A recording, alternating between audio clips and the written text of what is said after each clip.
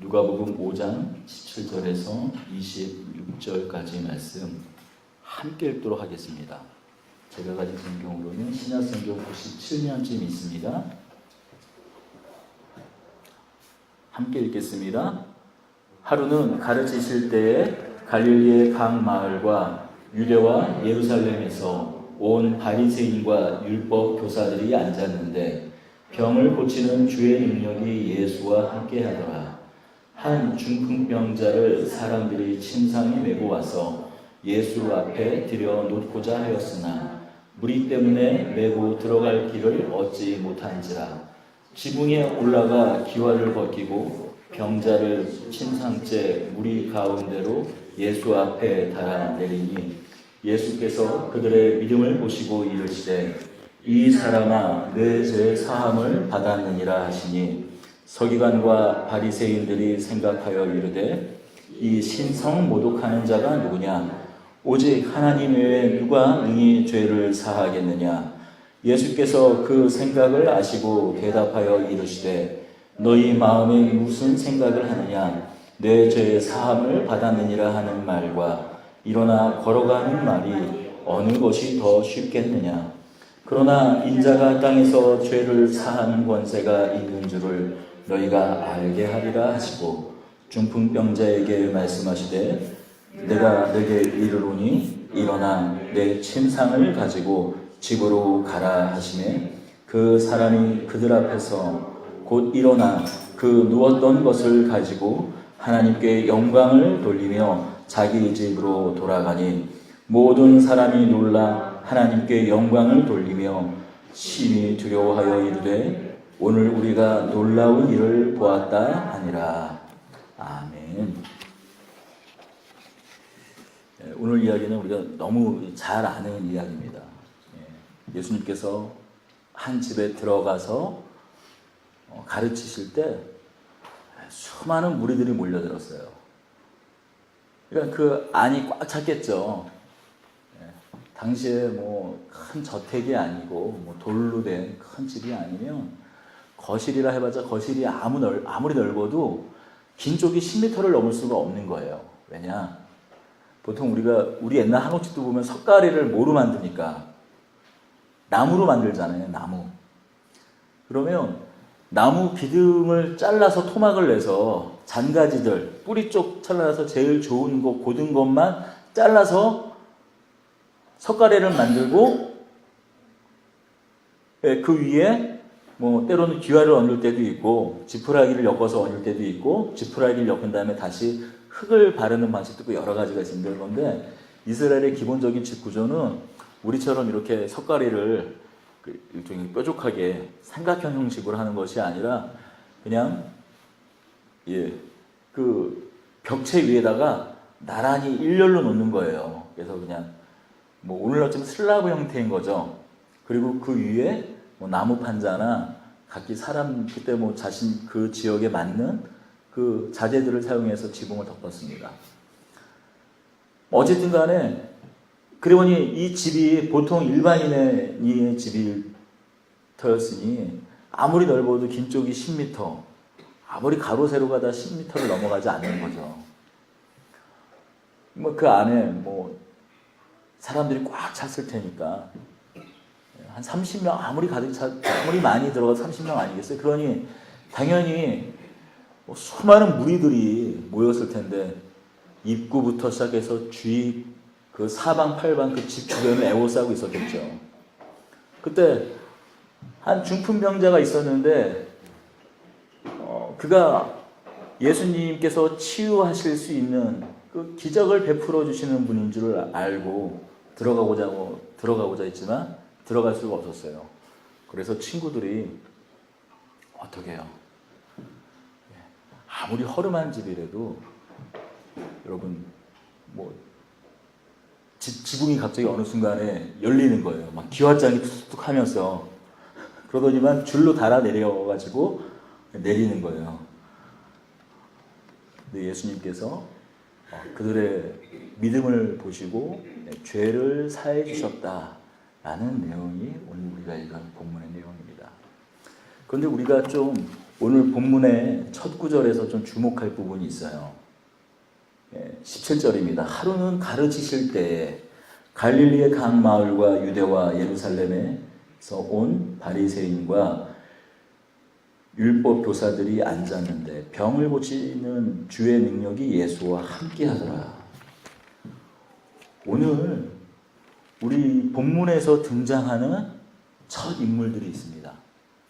바리새인과 율법사와, 그런데 이 바리새인, 갈릴리에 있는 바리새인이 또 율법사가 오는 거는 너무 당연할 수 있겠죠. 아니 기적이 막 일어나고 하니까 당연히 종교 지도자 아니에요, 바리새인. 그리고 율법사는 누구냐면 서기관들, 율법을 해석하는 역할을 맡는 사람들을 말해요. 이제 거기 넓게는 랍비들을 다 이제 통칭할 수도 있는데, 왜냐하면 성경에 이렇게 애매모호한 말씀들이 있을 수 있잖아요. 그러니까 유권 해석이 필요한 그런 말씀들을 오늘날로 따지면 유권 해석, 그런 유권을 해석을 할 수 있는 사람이 바로 율법사들이었어요. 쉽게 얘기하면, 오늘날 우리가 이해하기 쉽게 설명을 하자면, 당연히 당시에 종교 지도자들이니까 갈릴리에 있는 종교 지도자들은 올 수 있겠죠. 왜냐하면 지금 배경은 아직 갈릴리에서 계속 아직 복음을 전하실 때니까 갈릴리 사람들이 오는 거야. 갈릴리에 있는 바리새인과, 그러니까 바리새인, 그러니까 갈릴리 지역에 있는 목사님들이나 뭐 전도사님들이나 뭐 선교사들이 오는 건 너무나 당연한 거죠. 어디에 정말 고명하신 어떤 그 사역자가 와서 큰 집회를 한다 그러면 이 주변 교회에서도 막 가잖아요. 너무 당연할 수 있어요. 그런데 이어지는 구절을 우리가 좀 봐야 합니다. 하루는 가르치실 때 갈릴리와 각 마을과 유대와 예루살렘에서도 바리새인과 율법사들이 왔다라고 얘기하고 있어요. 여러분, 갈릴리에서 이 유대와 예루살렘은 약 근 한 200km 이상 떨어진 지역이에요. 더군다나 우리가 잘 알고 있지만 유대와 갈릴리는 바로 그냥 직선으로 갈 수 있는 이 곳이 아니라 중간에 사마리아라는 지역으로 막혀 있습니다. 어떻게 가요? 유대에서 갈릴리로 갈 때 요단 서편에서 요단 동편으로 건너간 다음에 삥 둘러가지고 다시 요단 동편에서 요단 서편으로 가서 한 바퀴 삥 둘러가는 거래요. 오가기가 쉽지가 않은 곳인데 지금 유대와, 그러니까 유대 전반적인 지역이란 얘기죠. 그리고 그 중에 당시에 수도면서도 종교적인 역할을 감당했던 예루살렘에 있던 바리새인과 율법사들이 그곳 가운데 왔다라고 얘기해요. 지금 이 말씀은 달리로 말하면 어떤 얘기예요? 지금 이 좁은 갈릴리 마을에 이 전국에 있는 모든 종교자들이 다 지금 왔다라는 얘기예요. 그 수요가 얼마나 되는, 그 숫자가 얼마나 되는지는 모르지만 핵심적인 종교 지도자들이 지금 다 온 거예요. 왜 그들이 왔을까요? 갑자기 그동안은 무리가 당연히 뭐 예를 들어서 귀신을 내어 쫓고 열병 들린, 뭐 막 죽어가는 열병 들린 자들을 고치고 귀신을 내어 쫓고 여러 뭐 병자들, 뭐 안진뱅이들, 못 보는 사람들, 그런 사람들을 고치면 당연히 무리가 오겠죠. 그런데 단순히 그 정도의 차원이 아니라 멀리서 온 유대와 온 전국에 있는 모든 지도자들이, 아마도 핵심적인 종교 지도자들은 지금 다 모여든 거예요, 지금. 왜 그랬을까요? 그 실마리를 제공하는 것이 바로 앞에 있는 사건입니다. 바로 문둥병자를 고친 사건이에요.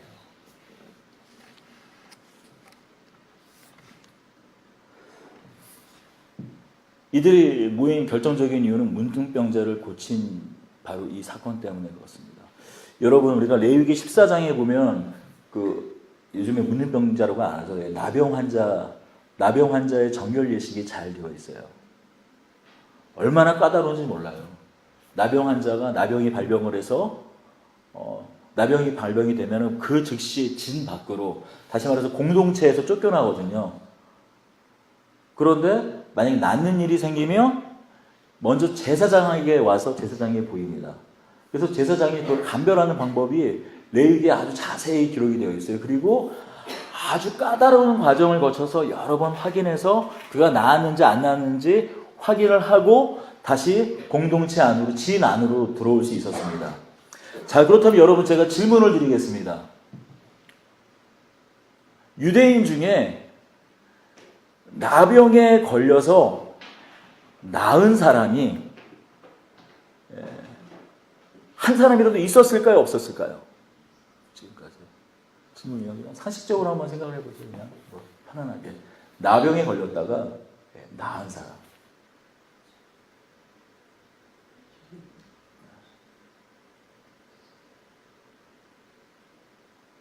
성경 기록상으로는 단 한 사람도 없어요. 물론 있습니다. 성경에 유대인이 아닌 사람으로는 아람 장군 나아만 장군이 있었어요. 그리고 좀 애매한데 한 사람이 있긴 있어요. 출애굽 광야에서 그 모세에게 대적했던 미리암이 잠깐 나병 비슷하게 하나님께서 혼내주시려고 잠깐 나병에 걸리게 했다가 바로 낫게 하시죠. 그러니까 그거는 그건 일단 제외하고요. 그거는 뭐 이제 좀 제외한 어떤 특별한 케이스고, 그 두 케이스를 빼놓고는 유대인 중에 이 율법이 선포되고 나서 이 나병의 정결 예식이 선포되고 나서 유대인 중에 단 한 사람도 성경 어디에도 나병에서 나은 사람은 없어요. 그러면 이 성경에만 그럴까요? 중근동 지역에 있는 뭐 다양한 이렇게 자료들이 있습니다. 뭐 길가메시 서사시부터 시작해가지고 뭐 아트라시스 라든지 그 당시 성경이 기록될 당시 그 근처의 중근동 지방에 뭐 바벨론이나 아니면 아시리아나 아람 지역 수리아 그 근처에 있는 그 많은 자료들이 있어요.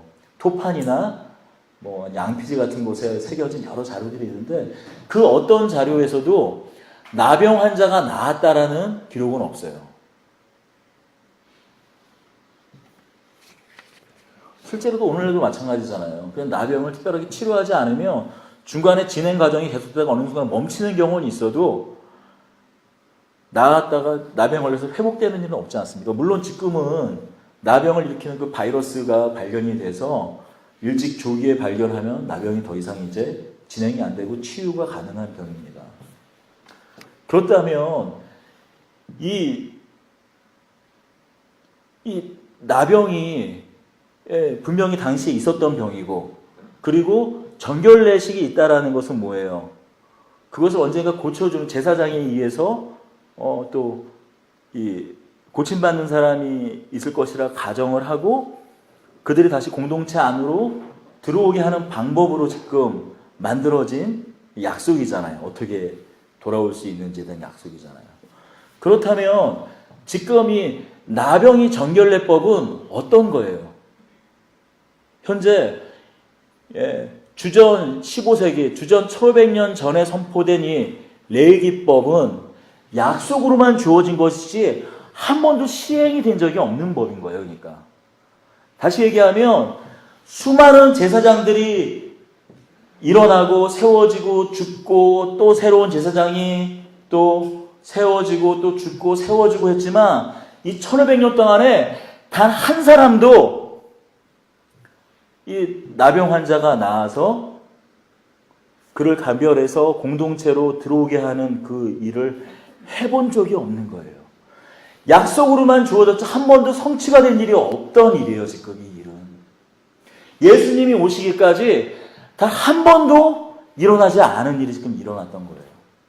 여러분, 어떤 제사장이 갑자기 이렇게 뭐 제사를 드리고 있어요. 번제를 드리고 있는데 갑자기 어떤 레위인이 급작스럽게 옵니다. 지금 밖에서 기별이 왔는데 자기가 이 나병에서 나음을 받았다고 하는 사람이 왔습니다. 일로 와보시죠. 깜짝 놀라는 거죠. 정말 갔어요. 갔는데 나병이 정말 나았네. 지금 그 제사장은 어떤 제사장이에요? 1500년 만에 일어난 일을 지금 집도하는 거예요. 그가 쉽게 얘기하면은 1500년 만에 아마 세례를 줬다라고 한번 생각을 해보세요. 마치 그런 일이에요. 얼마나 놀라운 일이. 그 제사장도 얼마나 놀랐겠습니까? 그러니 이 소문이 어떻게 되겠어요? 마치 오늘날로 따지면 뭐 예를 들어서 만약에 정말 에이즈를 만약에 완치하는 신약이 개발됐다 그러면은 야 1분도 안 돼가지고 아마 전 세계로 뭐 AP통신, 로이터통신, 연합뉴스 그런 걸로 전 세계로 다 아마 퍼질 거 아니에요. 우리나라에서 그런 약이 만약에 개발이 됐다면 정말로 임상시험도 통과되고 그랬다면 마치 그런 것처럼 삽시간에 온 유대 예루살렘까지 그 소식이 전해진 것이죠. 그러므로 이 자리에 지금 모여있는 전국에서 모인 이 종교 지도자들은 이게 뭔 일인가? 왜냐하면 이런 일이 일어났다는 얘기는 뭐예요? 일어나지 않는 일. 그래서 그들은 마치 이게 사문화된 그런 것처럼 다만 소망으로밖에 가질 수 없던 일인 거예요. 그러니까 이 나병이 낫는다는 일은 뭐냐면 결국 그래서 종말론적인 사건입니다. 하나님께서 이 땅을 마지막 날에 심판하러 오실 때 또 모든 열방을 심판하고 이스라엘을 회복시키실 때야 가능한 일로 그들은 여겼던 거예요. 나병 환자가 일어나는 일은 종말론적인 사건이에요. 다시 말해서 종말론적인 사건이라는 건 뭐냐면 하나님 나라를 기다리는 사람들이 하나님의 임재, 하나님의 강림, 하나님의 그 다스림, 그 이스라엘 회복, 우리가 흔히 말하는 하나님 나라, 그걸 기다리는 사람들이 마지막 날에야 소망을 가질 수 있었던 사건이라는 얘기죠. 그러니까 지금 이들이 모인 건 너무나 당연한 거예요. 혹시 지금 이때인가? 하나님 나라가 도래했는가? 마치 세례 요한이 회개하라 천국이 가까이 왔다라고 말하면 요단강에서 세례를 베풀었을 때 바리새인들 종교 지도자들이 혹시 우리가 기다렸던 메시아가 그 세례의 요한인가 하여서 당신이 오실 그이니까 당신이 오실 메시아이니까 물어봤던 것 같이 지금 모여서 이 예수라는 사람이 도대체 근가 메시아인가 살피려고 온 것이죠. 이때입니다. 갑자기 천장이 열려요. 그러더니 어떤 여러 사람이 줄에 자신의 친구를 침대에 매달라 내리는 거예요. 그리고 예수님께서 말씀하십니다. 그 믿음을 보시고 오늘 본문의 말씀은 믿음을 보시고 이 사람아 내 죄의 사함을 받았느니라 하시니 라고 말합니다. 근데 어떤 일이 일어나는가 계속 주시했던 그 바리새인과 율법사들이 이 말을 듣고 너무나 불편해했어요. 왜냐하면 이 죄사함이라는 것은 누가 할 수 있는 일입니까? 오늘 본문은 너무나 분명히 얘기하고 있어요. 오직 하나님 외에 누가 능히 죄를 사하겠느냐? 맞지 않습니까? 이들의 말은 틀리지 않죠. 하나님 외에 누가 죄를 사하겠느냐? 틀린 말이 아니죠. 예를 들었을 때, 내가 일어나 걸어라! 아니면 예수님이 잘하시는 거 있잖아요. 쓰다듬으면서, 아니면 기름을 발라주시면서 그냥 낫게 하셨다면 아무런 문제가 안 되겠죠. 그런데 내 죄 사함을 받았느니라 말하니 신성모독이라고 일컫겠습니다. 왜냐하면 제가 이 이스라엘 백성들, 이스라엘 사람들의 그 메시아에 대한 이해에 대해서 좀 말씀드렸지만 메시아가 하나님은 아닌 거예요. 메시아 있고 우리가 좀 약간 일단 구약의 이스라엘 백성들이 구약 시대 이스라엘 백성들이 생각하는 그 메시아에 대한 이해가 좀 필요해요. 정말 하나님의 권능을 덧입혀서 이스라엘 나라를 회복하는 분이면은 맞아요. 그런데 항상 생각하는 게 뭘 생각하시면 되냐면은 다윗 왕과 모세를 합친 정도의 인물이라고 생각하면 거의 틀림이 없습니다. 그러니까 맨 마지막 날에 열방 가운데 계속 그 강대국의 속국으로 핍박받는 자신들의 그런 이 처지를 구원해내고 열방 가운데 그 다윗의 나라 때보다 솔로몬 때보다 더 큰, 더 영광스러운, 더 명예로운 나라를 회복하고 열방을 심판하는 어떤 왕으로서의 역할. 거기에 모세와 같은 어떤 초자연적인 뭐 이렇게 기적도 함께 일으킬 수 있지만 그거였지 또 메시아라고 해서 하나님은 아닌 거예요. 그러니 저분이 메시아일까라고 이 율법사들과 바리새인들이 생각을 하고 염두에 두고 있다고 하더라도 내 죄의 사함을 받았느니라는 말은 이 사람들이 용납할 수가 없는 말인 거예요. 그러니 속으로 수근수근 하는 거죠. 그런데 예수님께서 말씀하십니다. 그 사람들이 어떤 생각을 하고 있는지 이미 아시고 말씀하세요. 내 죄의 사함 받았다라는 말과 일어나 걸으라는 말 그 둘 중에 어느 것이 쉽겠느냐라고 물어보십니다. 여러분 제가 여러분께 묻겠습니다. 여러분 내 죄의 사함 받았느니라라는 말과 그러니까 쉽게 다시 좀 이 표현을 그냥 예수님한테 죄사함을 예수님께서 해주시는 게 쉬울까요? 아니면 병을 고쳐주시는 게 쉬울까요? 여러분 둘 중에 어쨌든 선택을 해주세요. 어떤 게 쉬울까요? 예수님한테. 근데 박수욱 지사님이 대단하십니다. 이게 좀 틀려줘야지 좀 제가 이제 물어보는 보람이 있는데 예수님한테는 둘 다 쉽죠. 둘 다 아무 일도 아니죠. 그런데 오늘날 미국은 2000년째 지금 머리를 뜯고 싸우고 있어요. 아세요? 실제로도요. 성경을 이렇게 연구하고 공부하는 분들이 이게 일종의 난제 그런 거예요. 그래서 의견이 반반. 이렇게 예수님께는 죄를 사여준 예수님이 하나님인 거 우리는 이미 다 결론을 다 알고 있잖아요. 하나님이신데 죄를 사여주시는 거나 병을 고쳐주셔서 일으켜주시는 거나 그게 뭐 어떤 게 쉽고 뭐 어떤 게 어렵겠어요. 다 예수님한테는 사실 아무 일도 아닌 것이죠. 우리에게는 큰일이지만 그런데 지금 이 이야기를 듣는 사람들은 절반으로 나눠져 사람들이. 일단 어떤 생각을 할까요? 어떤 한 부류의 사람은 일어나 걸으라는 말은 지금 당장 확인할 수 있는 일이에요.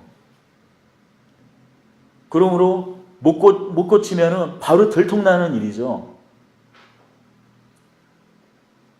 또 하지만 만약에 고친다면 또 어떤 경우에는 또 고칠 수도 있어요. 이렇게요. 기적이 일어나잖아요. 또 꼭 메시아라든지 특별한 어떤 그런 이렇게 무슨 신적인 어떤 그런 경우가 아니더라도 선지자들을 통해서 이런 일을 그동안 또 여러 차례 한번 일어나기 했었던 일이거든요. 성경 역사상. 그런데 죄를 사해 주시는 거는 죄를 사하는 건 눈에 보여요, 안 보여요? 안 보이는 일이잖아요. 확인할 수 없는 일이잖아요. 그러니까 어떤 사람들은 말합니다. 일어나 걷게 하는 이 일이 더 훨씬 어려운 일일 수 있다. 또 어떤 사람은 아니다. 죄를 사해 주는 일이 더 어려울 수 있다. 뭐 각각 저마다 뭐 여러 가지 이유를 들어가지고 이야기하지만 사실 이 본문에서 언제나 해답은 예수님께 찾아야 됩니다. 모르겠다 그러면 예수님께 찾아야 돼요. 성경을 읽을 때 제가 팁을 하나 드릴게요. 특히 사복음서를 읽을 때 예수님은 질문을 잘하셨어요. 니고데모가 찾아왔을 때도 질문을 했고 또 사마리아 여인에게도 이렇게 질문을 하시잖아요. 그런데 질문을 하시면 항상 예수님의 질문은 항상 대답이 따르는 질문이에요. 그러니까 뭐 굳이 막 어렵게 생각할 필요 없어요. 예수님께서 뭐라고 말씀하셨나 보시면 됩니다. 예수님이 뭐라고 말씀하셨어요?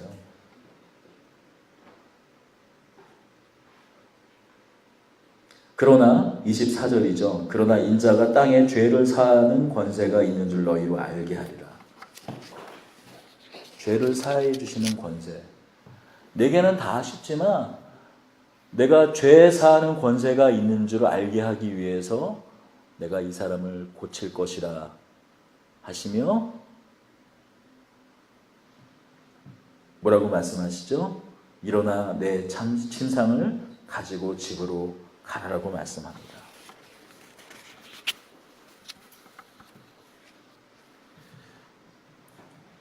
여러분, 결국 이 말씀은 무슨 말씀일까요? 예수님께서 표적을 보여주신 일입니다. 표적. 예수님께서 누구신지 보여주는 일이에요. 성경에서 말하는 기사, 표적은 영어 성경에는 사인으로 되어 있어요. 사인으로 되어 있습니다. 그러면 사인엔 항상 사인이 있지만, 눈에 보이는 사인이 있지만 그 사인 뒤에는 뭐가 있냐면 우리가 시그니파이드, 그 사인이 의미하는, 그 사인이 가리키는 그 의미가 있다라는 것이죠. 우리가 고속도로를 갈 때 화살표가 있어요. 사인이죠. 이제 일산 IC다, 장항 IC다.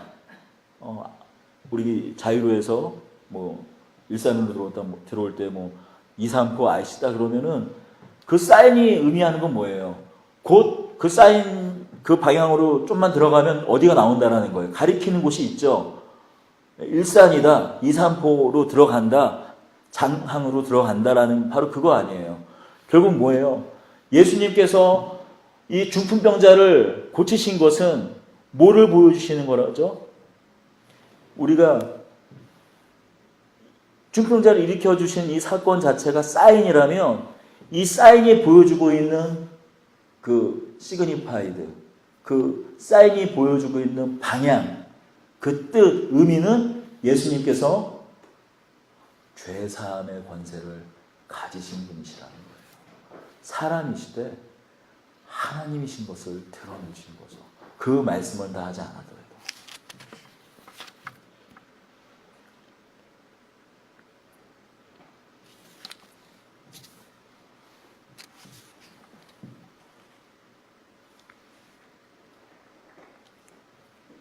그런데 지금 이 놀라운 사실은 무엇입니까? 이 바리새인과 율법사들이 예수님인 것을, 이 예수님이 죄사함의 권세가 있는 분인 줄 알고 믿고 그를 따랐을까요? 그렇지 않았던 것으로 알 수 있습니다. 27절 위에 보면, 오늘 우리가 다룰 본문은 아니지만 한번 살펴보면, 그 후에 예수께서 나가사 레위라 하는 세리가 세관에 앉아 있는 것을 보시고 나를 따르라 하시니 그가 모든 것을 버리고 일어나 따르니라. 레위가 예수를 위하여 자기 집에 큰 잔치를 하니 세리와 다른 사람이 많이 함께 앉아 있는지라. 바리새인과 그들의 서기관들이 제자들을 비방하여 이르되, 지금 제자와 예수를, 물론 여기에서 예수를 직접적으로 비난하지 않지만 제자를 비방함을 통해서 예수를 함께 비방하고 있는 것이죠. 예수를 메시아로서 하나님께서 보내신 이로서 인정을 하고 있지 않는 것입니다. 그 자리에 오직 그 자리에 무리와 그 자리 그곳에 어떤 한 집에 그 안에 있었던 그 무리들과 병 나은 사람만 하나님이 보내신 예수 그리스도를 찬송하고 하나님께 영광을 돌리며 돌아갔다라고 성경에 있어요.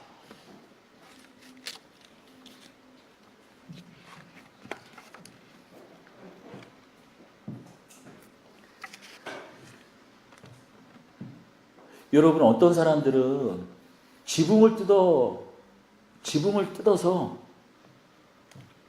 예수를 만났습니다. 그런데 어떤 사람들은 일부러 멀리 찾아왔는데 그 예수를 만나고 눈으로 확인하고, 또 그 사람들은 어떤 사람이었죠? 그 사람들이야말로, 바리새인과 율법사들이야말로 수천 년을 하나님이 보내신 이를 기다리고 소망하는 자들이라고 여겨졌던 사람이에요. 바리새인들이야말로, 율법사들이야말로 누구보다도 하나님께서 보내신 사람이 왔을 때의 징조와 그 기사와 표적을 누구보다도 잘 알고 이해하던 사람이에요. 그런데 그런 분이 눈앞에 있었음에도 불구하고 그를 정죄하고 비난합니다.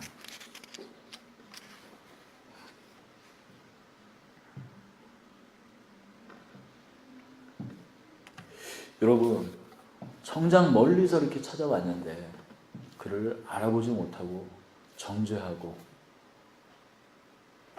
그렇다면 그 얼마나 슬픈 일이에요.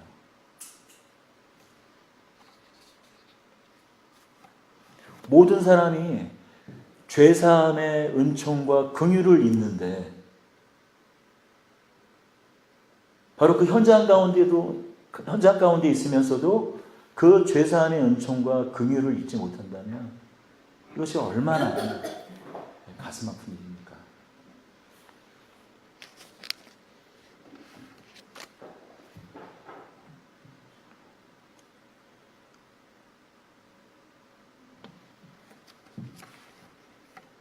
그런데 오늘 어쩌면 또 이 본문을 보면서 또 이런 생각이 들 수도 있어요.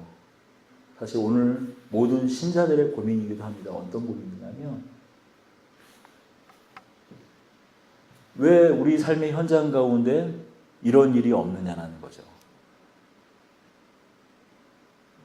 왜 오늘 우리가 사는 현장 가운데 중풍병자가, 못 걷는 자가 일어나고 못 보는 자가 보고 그런 일이 일어나지 않느냐는 거죠. 물론 아주 극적인 경우로 간혹 있기는 있다고 합니다. 근데 여러분 지금 여기에서 혹시 중풍병자가 믿고 그 믿음을 아주 잘 가졌더니 일어나는 거 혹시 보신 분 계세요 혹시? 없잖아요. 말기암이 낫는 경우를 이렇게 가끔씩 보기도 하지만 일상적인 일 아니잖아요. 우리 아무리 믿음이 좋아도. 사실 이것이 우리 신자들의 고민이라는 것이죠. 그런데 이 고민이 사실 여러분 2단을 만들고 3단을 만드는 거 아세요? 우리가 잘 아는 그 베레아라고 있잖아요. 김기동 목사의 베레아. 그 베레아를 믿는 분이, 김기동 목사님이 어떻게 하다가 2단에 빠졌냐면 그분도 고민이 그거였어요. 왜 예수님께서 구원을 하시고 죄사함을 주셨는데 왜 우리에게 안식이 없냐라는 거예요. 왜 우리에게 안식이 없냐라는 거예요. 자, 여러분 지금 이 누가복음 5장이 어디 뒤에 있나요? 지금 4장에 있잖아요. 4장에 우리 잠깐 벌써 한 달 넘게 누가복음 강의를 멈춰가지고 까먹으셨을 것 같아. 좀 약간 상기를 시키면 4장에 있었던 일이 뭡니까? 어느 한 회당에 가서 귀신을 낫게 하셨죠. 그리고 그날 안식일날 그 회당을 나가셔서 시몬 베드로 장모를 치유하셨어요. 안식일에. 이는 뭘 의미하는 거예요? 예수님께서 어떤 분이신가? 예수님이 어떤 분이신가? 예수님은 안식을 주신다는 분이에요. 성전 안에 있었지만, 회당 가운데 있었지만, 그 안에 있었지만 안식을 누리지 못하는 귀신 들린 사람을 귀신을 내어 쫓음으로 인하여서 참된 예배, 회당 가운데서 하나님을 예배할 수 있는 사람으로, 안식을 할 수 있는 사람으로 회복시켜 주신 거예요. 안식일날 교회에 있어야 됐지만, 회당에 있어야 됐지만 안식을 누리지 못하는 시몬 베드로의 장모의 열병을 낫게 해줌으로써 그 장모가 안식을 찾을 수 있게 해주셨다는 걸 의미해요. 예수님은 누구신가? 4장이 얘기하는 건 안식을 주시는 분이라는 거예요. 그렇다면 5장에서 우리가 볼 수 있는 대목은 뭔가요? 죄에 대한 문제입니다. 베드로가 초월적인 예수님을 만나요. 여기서 제가 그 초월 앞에 맞닥뜨린 한 인간이 할 수 있는 고백은 무엇이었다고 얘기하고 있습니다. 성경에서. 제가 죄인입니다 라고 말하지 않습니다. 이 문둥병은요, 이 문둥병 환자는요, 이 나병 환자가 왜 진 밖으로 쫓겨날 수밖에 없는 것인가? 왜 성경이 그토록 까다롭게 레위기에서 13장, 14장, 아마 제가 기억하기로는 15장까지도 이 나병에 관한 이 내용을 3장에 걸쳐가지고 얘기하고 있는가? 나병이 갖고 있는 질병의 성격 때문입니다. 여러분, 암이 걸려온다고 그래서 여러분 몸 바깥이 막 썩어 문드러서 얼굴이 떨어져 나가지는 않잖아요. 물론 그런 경우도 있죠. 여러분, 큰 병에 걸리면 속은 썩어가더라도 얼굴 안색도 물론 안 좋아집니다. 시꺼매집니다. 하지만 이게 사람인지 짐승인지 분간을 못하는 경우는 없잖아요. 그래도 그렇지 않습니까? 예를 들어서 사고가 난다, 뭐 팔이 잘린다 하더라도 이게 사람이구나 알 수가 있잖아요. 뭐 암이 걸렸다, 큰 병이 걸렸다고 그래서 공동체에서 물론 성전은 들어갈 수 없습니다. 부정하기 때문에. 하지만 공동체에서 쫓겨나지는 않아요. 근데 공동체 그 진 바깥으로 쫓겨나는 질병이 하나 있는데 그게 나병이에요. 왜 나병은 쫓겨날까요? 여러분, 이 나병의 특징은 사람의 모습을 일그러지게 해요. 그 사람의 형상을 망가뜨려요. 신경과 그 모든 세포들을 다 공격을 해서 녹여버리잖아요. 그래서 갑자기 뭐 간질간질해서 이렇게 눈을 이렇게 쓱 긁었는데 눈썹이 쓱 떨어져 나가고 눈알이 빠져나가고 갑자기 손가락이 떨어져 나갑니다. 사람의 모습은 하나님의 형상을 반영하는 거예요. 다시 말해서 나병은 뭘 말하는 거냐면은 하나님의 형상이 일그러진 것을 의미를 합니다. 하나님의 형상이 손상되는 것을 말해요. 어떻게 보면은 이 질병이라는 것은, 이 병이라는 것은 죄 때문에 우리에게 들어왔잖아요. 이 세상에 들어와. 아담과 하와의 죄 때문에 들어온 것 아닙니까? 이 질병이라는 것은, 병이라는 것은. 그런데 그 중에 이 죄라는 것을 가장 잘 드러내고 그 죄를 가장 극단적으로 보여지는 병이 뭐냐면 바로 나병인 거예요. 이 죄로 말미암아서 우리가 인간이 하나님의 형상이 깨어져 버리고 말았는데, 하나님의 온전하심이 깨어지고 말았는데, 나병이라는 것이 그 죄의 속성, 하나님의 형상이 깨어진 것을 가장 잘 드러낸 것을 말하는 거예요. 그러니 나병이 가장 부정한 거였죠. 부정한 것의 정도를 내린다면 그 극단에 있는 것이 바로 나병인 것입니다. 그러므로 이 나병에 걸리면 진 바깥으로 쫓겨내는 거예요. 이건 뭘 의미하냐면은 공동체 안에는 이 이스라엘의 진은 뭐를 말하는가? 하나님의 임재, 하나님의 도성인 것을 의미합니다. 하나님이 함께 하시는 곳입니다. 결국 진 바깥으로 쫓겨나는 것은 뭐를 말하냐면은 하나님으로부터 끊어지는 것을 말하는 거예요. 근데 이 나병 환자가 요구하는 게 뭐예요? 내 병을 낫게 해달라는 것이 아니고 깨끗게 해달라는 것이잖아요. 이 말은 내 죄야, 나의 부정함을 깨끗게 해달라는 것입니다. 죄의 문제예요. 계속 죄의 문제. 왜 우리에게 안식이 없는가? 생각해 보시죠. 나병 환자처럼 안식이 없는 사람이 있었을까요? 당시에. 저주받았다고 여겨져서 하나님이 없는 곳, 그 진 바깥으로 쫓겨나는데 그에게 어떤 안식이 있었을까요? 어떤 사람들은 말합니다. 이 5장에 있는 5장 이 12절에 있는 말씀을 보고 주여 원하시면 나를 깨끗하게 할 수 있나이다 하니, 원하시면, 어떤 사람들은 말을 해서 이 사람의 믿음이 없음을 드러내는 이야기다. 아니요. 아무런 소망 자체를 가질 수 없는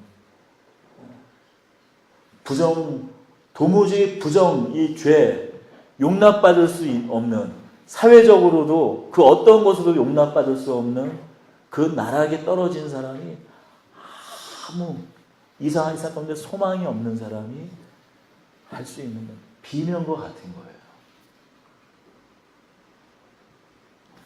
안식을 주시는, 예수께서 주시는 이 안식은 어떻게 가능한가? 그것은 죄 사함으로 가능하다. 죄 사함을 통하여서 안식이 올 수 있다.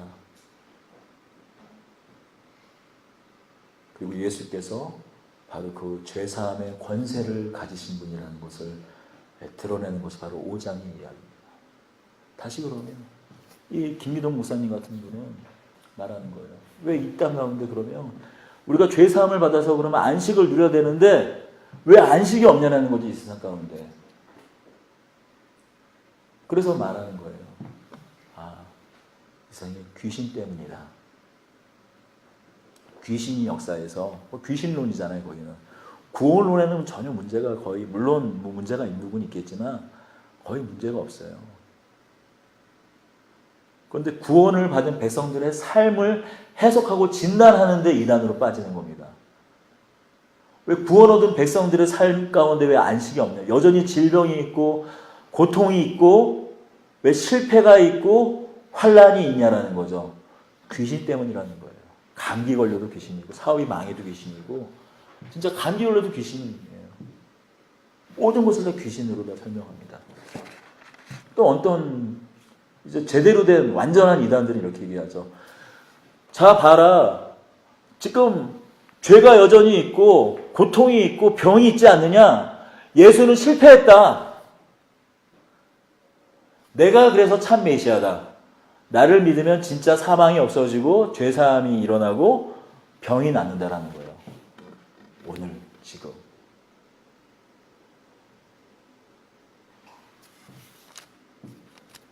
이제 뭐 이단은 아닙니다만 이 은사주의죠. 은사주의는 뭐를 얘기하나요? 구원은 얻는데, 죄사함은 얻는데 성령으로 충만해지고 성령 세례를 받아야 그때야 비로소 이런 기적과 같은 삶을 산다라는 것이 은사주의가 얘기하는 거예요. 예를 들면 뭐 교단을 굳이 얘기하자면 순복음이라든지 그런 곳이 얘기하는 것이죠. 일부분 어느 정도 수긍이 되고 또 인정할 수 있는 부분도 있을 수 있습니다. 결국 우리의 오늘 사는 신자들의 고민이 뭐예요? 왜 안식이 없는가? 우리가 생각하고 기대하는. 근데 여러분, 성경은 뭐라고 말씀하나요? 히브리서 11장은 이야기합니다. 믿음은 바라는 것의 실상이요 보이지 않는 것들의 증거라고 얘기합니다. 믿음은 바라는 것들의 실상이요 보이지 않는 것들의 증거라고 얘기해요. 예수님이 계셨을 그때에는 예수님께서 직접 치유하시고 병자를 일으키시고 표적을 보이셔서 예수님이 예수님이시고 그 메시아이시고 하나님이신 것을 나타내 드러내셨어요. 그런데 오늘은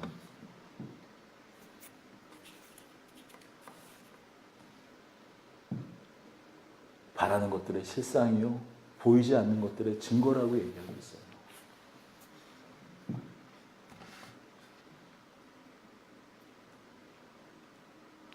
지금 이 사람들에게는 보이는 것으로 예수님께서 하나님이신 것을, 하나님이 보내신 이이신 것을 증거해냈지만 우리들에게는 보이지 않는 것들로 증거하시겠다라는 말씀입니다.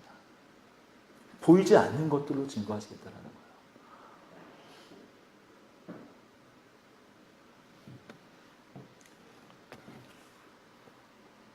그래서 우리가 어떤 존재가 되는가? 바라보는 것들의 실상이고 보이지 않는 것들의 증거고 보이지 않는 것들의 증인으로서의 삶을 살게 하겠다라는 거예요.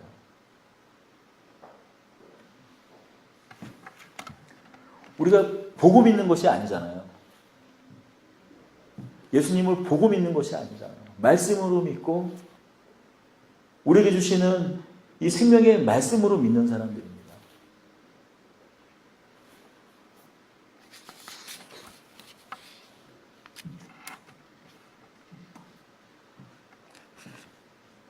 그래서 성경은 이야기합니다. 하나님께서 우리에게 말씀하세요. 이것이 우리에게 영광이라고 말씀합니다. 우리에게 영광이라고 말씀하세요. 보이고 나타나고 확인하고 만져지고 다 까발려진 거, 다 나타난 거, 그것을 보고 믿는 것에 어떤 영광이 있겠습니까?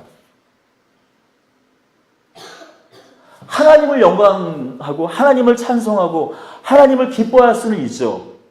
그런데 그 자체에게는, 그 사람에게는 영광이 있겠습니까? 물론 믿어준 것만으로도, 인정해준 것으로도 감사해야겠죠.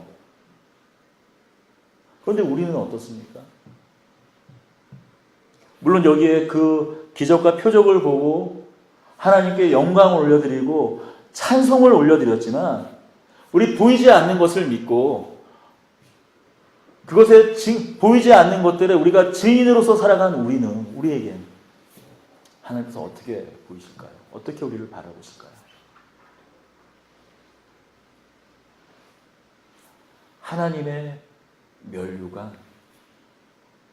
하나님의 영광이라고 우리에게 이야기하고 있습니다. 에베소서 1장 말씀으로 말씀을 읽도록 하겠습니다.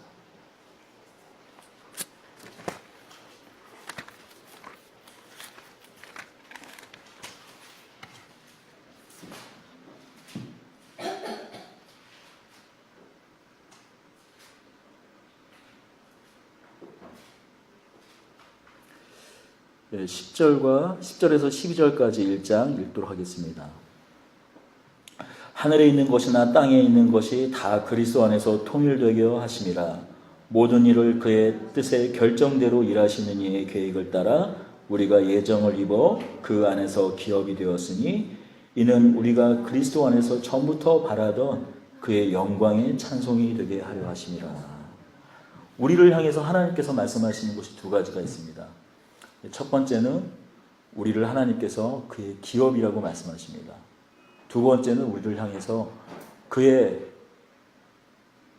영광의 찬송이라고 말하고 있어요. 놀라운 사실은 찬송하리로다 우리한테 사도 바울은 요청해요. 하나님을 찬양하라, 찬송하라라고 계속 요청하는데 갑자기 이 10절부터 분위기가 싹 바뀌어가지고 하나님이 우리의 기업이잖아. 성경이 내내 말하는 것은 하나님이 우리의 기업이 된다라고 말씀합니다. 하나님이 우리의 영광과 우리의 찬송이 된다고 말씀합니다. 그런데 그렇게 해서 예정을 입고 택하심을 입은 우리가 하나님의 기업이 되고 이제 거꾸로 영광의 찬송이 된다고 말하고 있어요. 우리 삶을 통하여서 우리의 증인된 삶, 오직 예수를 믿고 의지하는 이 삶을 통하여서 이 삶이 하나님의 영광이 되고 하나님의 찬송이 된다고 말하는 거예요. 오늘 이 말씀은 또한 믿음에 관련된 이야기입니다. 믿음. 누가복음에 이 5장 20절에 예수님께서 이렇게 말씀하십니다. 그들의 믿음을 보시고 이 사람아 내 죄의 사함을 받았느니라고 말씀하세요. 누가복음에서 믿음이란 단어가 처음 등장합니다. 그리고 죄사함이란 건 무엇인가? 그리고 죄사함이란 무엇인가? 율법을 통하여서 자신의 힘으로 할 수 있는 것이 아니라 오직 예수만이 할 수 있구나. 나의 어떤 힘이나 나의 공로나 나의 노력으로 하는 것이 아니라 오직 예수만이 할 수 있구나 라는 것에 소망을 가지는 것, 그것이 믿음이라고 얘기하고 있어요. 그리고 그런 믿음, 오직 예수만이 할 수 있구나. 이 땅 여전히 질병이 있고 여전히 사망이 있고 여전히 고난이 있고 여전히 또 실패가 있을 수가 있지만, 아니, 예수는 하실 수 있구나. 근데 예수는 오늘 이렇게 이 땅을 전부 다 회복하실 것이라는 그 소망을 갖는 것, 우리가 무엇인가를 할 수가 있다는 그 기대와 소망을 버리고 예수를 붙잡고 하루하루를 그 살아가는 것, 그것은 믿음이라 말하는 것이고, 또한 하나님께서는 그것을, 그 믿음을 가지고 살아가는 우리들을 향하여 나의 찬송, 나의 영광이라고 이야기하고 있습니다. 우리는 어떤 사람들인가? 바로 이 영광과 이 찬송, 그리고 오직 하나님께서만 주실 수 있는, 또 하나님께서 우리에게 보내신 예수 그리스도, 그를 통하여서 안식을 누리는 사람들이라는 것, 오늘 말씀이 이야기해주고 있습니다. 기도하겠습니다. 은혜와 사랑의 하나님 아버지, 오늘 삶을 붙들어 주시고 지켜주시기 원합니다. 하나님, 우리가 죄사함의 은총을 입어서 오늘을 살아가고 있지만, 때로 여전히 우리 안에 마치 바리새인이나 율법사들과 같은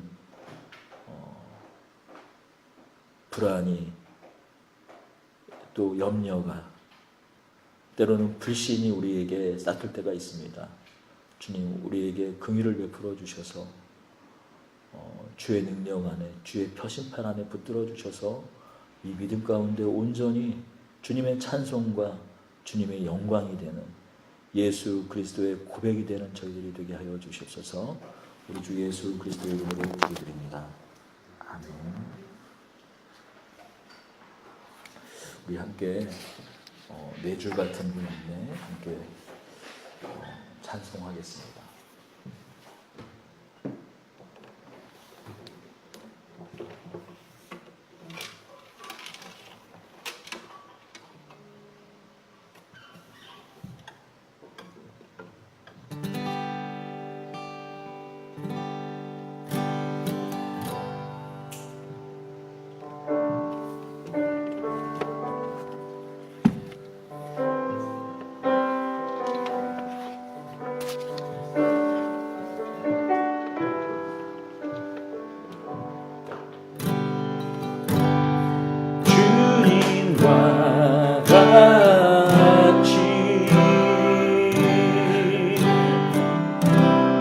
내 마음 만지는 분은 없네. 오랜 세월 찾아 난 알았네. 내겐 주밖에 없네. 주님과 같이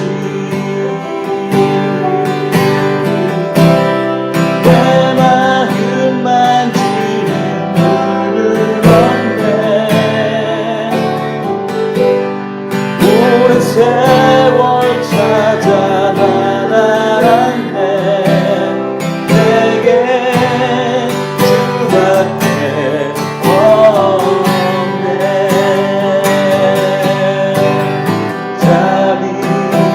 자비감같이 그리고 주 손길 치료하네.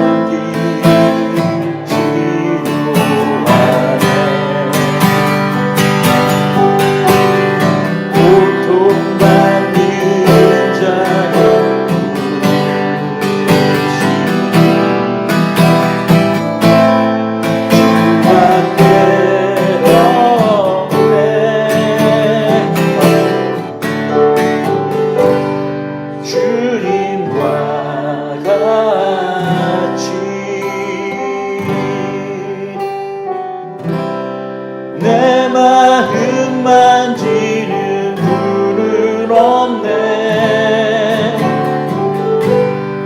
오랜 세월 찾아 난 알았네. 내겐 주밖에 없네. 우리 다시 한번 주자비 감같이 주 손길 치료하네. 고통받는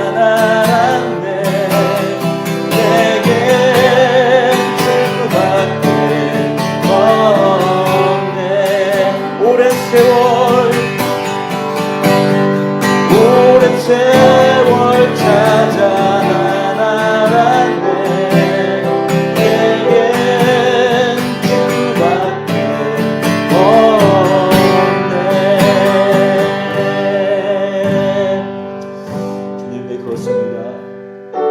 우리 삶을 통하여서 우리가 고백할 수 있는 것 한 가지, 그것은 오직 우리에게 주밖에 없다라는 것입니다. 예수밖에 없다라는 것입니다. 우리에게 참된 안식을 줄 수 있는 그 세상에 우리에게 돈이 안식을 준다고 말하고, 돈이 평안을 준다고 말하고, 돈이 능력이고, 또 우리 명예가 참된 만족을 준다라고 말합니다. 세상은 저마다 거짓 안식을 이야기하지만 우리는 알고 있습니다. 우리에게 참다운 안식, 또 죄사함을 통하여서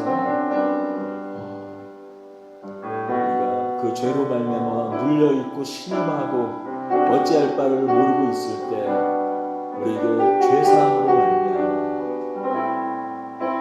하나님 안에서만 누릴 수 있는 이 절대 평안, 절대 고요, 그것을 바라보고 우리가 삽니다. 우리가 그것을 앙망하며 바라보고 삽니다. 그리고 우리가 그것의 증인이 되고 증거가 됩니다.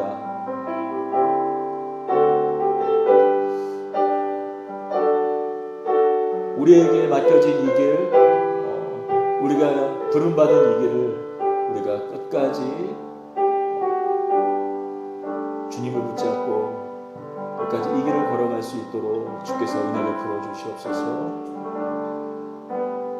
주님 힘주시고 그때그때 때로는 일용할 양식으로 주님께서 붙잡아 주시는 그 치유의 손길을 통하여서 우리가 예수 그리스도의 그 살아계심을, 우리의 하나님 되심을 우리가 바라보며 걸어갈 수 있도록 주께서 은혜 베풀어 주시옵소서.